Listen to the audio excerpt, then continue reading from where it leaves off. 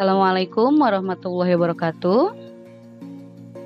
Selamat pagi semuanya. Bertemu lagi dengan Ibu, yaitu dengan Ibu Siti Hoiriah dalam pembelajaran Bahasa Indonesia.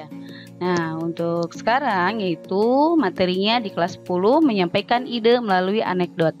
Sebelumnya kita berdoa menurut kepercayaan masing-masing. Berdoa dimulai.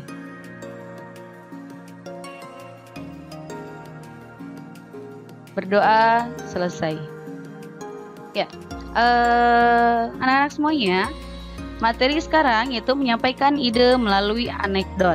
Nah, siapa yang tahu anekdot? Apa itu anekdot?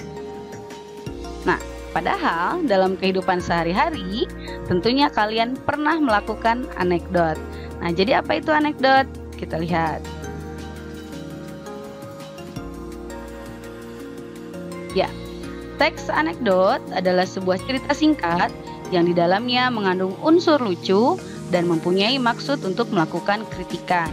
Nah, teks anekdot ini mendekatkan kepada sebuah cerita singkat yang biasanya cerita ini yaitu mengenai seorang tokoh yang terkenal.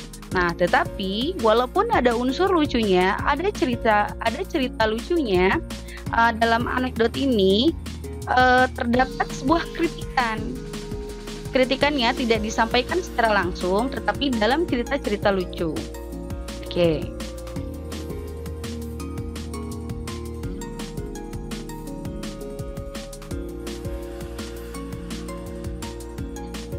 Ya, selanjutnya, anekdot juga mengandung sindiran. Yang tadi mengandung sindiran atau kritikan yang halus kepada seorang tokoh.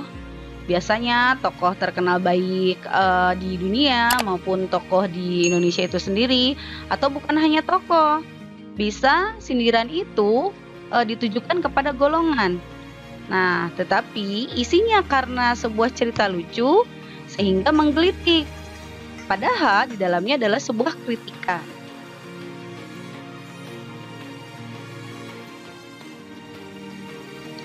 Biasanya tema yang diangkat dalam sebuah anekdot yaitu mengenai tema politik, sosial masyarakat, pendidikan, hukum, dan sebagainya, ataupun mengenai fasilitas umum. Itu banyak sekali diplesetkan ataupun dianekdotkan.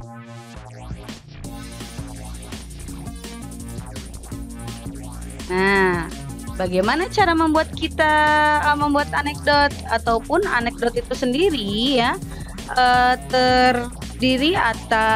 Strukturnya terdiri atas abstraksi, orientasi, krisis, reaksi, dan koda. Ya, abstraksi. Apa itu abstraksi? Nah, abstraksi ini biasanya di awal paragraf yang memiliki fungsi yaitu menggambarkan mengenai teks tersebut secara umum agar pembaca dapat membayangkannya. Nah, biasanya dalam abstraksi ini misalnya menceritakan di sebuah tempat, dalam situasi seperti itu. Lalu yang keduanya yaitu orientasi. Nah, orientasi ini merupakan awal kejadian pada cerita atau juga bagian yang menjelaskan latar belakang mengenai peristiwa itu terjadi. Nah, abstraksi itu adalah sebuah tempatnya, biasanya ada dalam paragraf yang pertama. Orientasi di sini ada sebuah kejadian. Lalu kemudian yang ketiganya yaitu mengenai krisis. Apa itu krisis? Pada bagian ini menjelaskan mengenai pokok masalah utama. Dengan warna unik juga, ceritanya itu tidak biasa, atau bahkan bisa sebuah kejadian pada diri si penulis itu sendiri.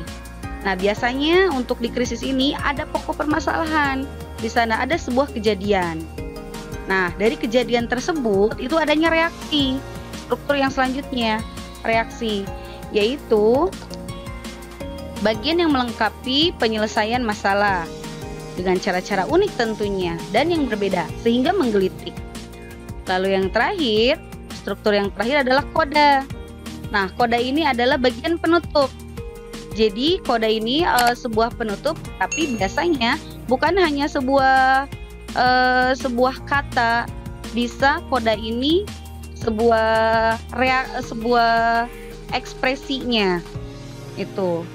Jadi terkadang koda di dalam struktur ada yang diungkapkan, ada yang tidak.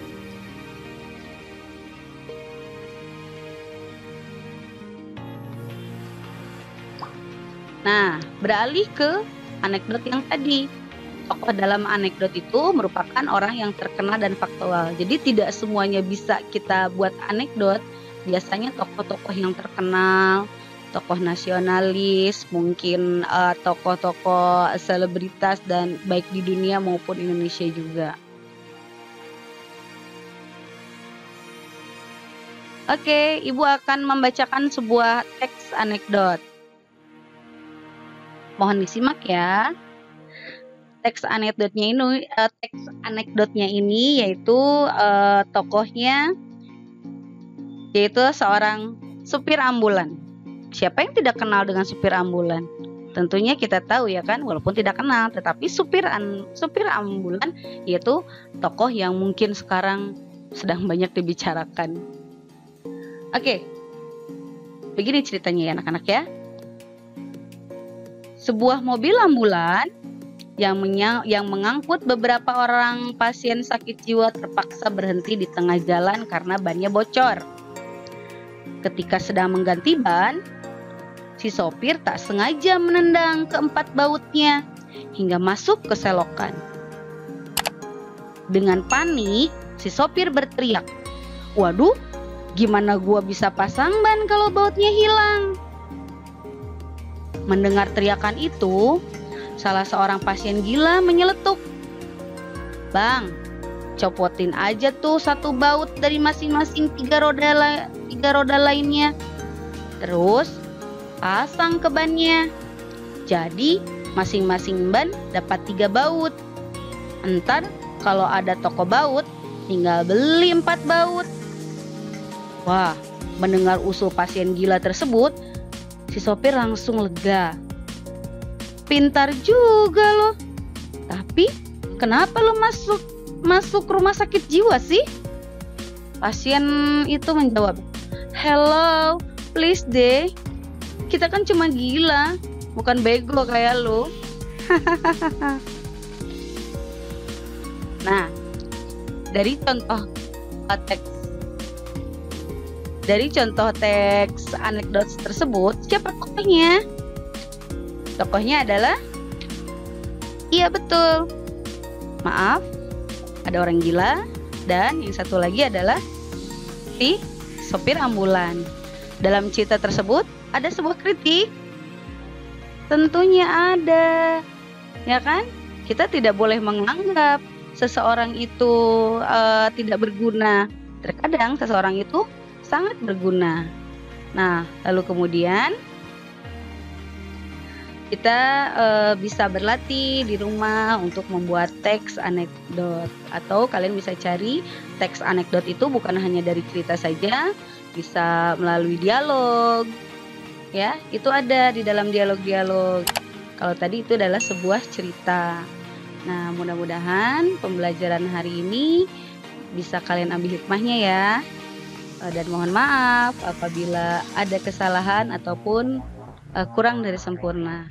Terima kasih. Sampai jumpa pada materi berikutnya.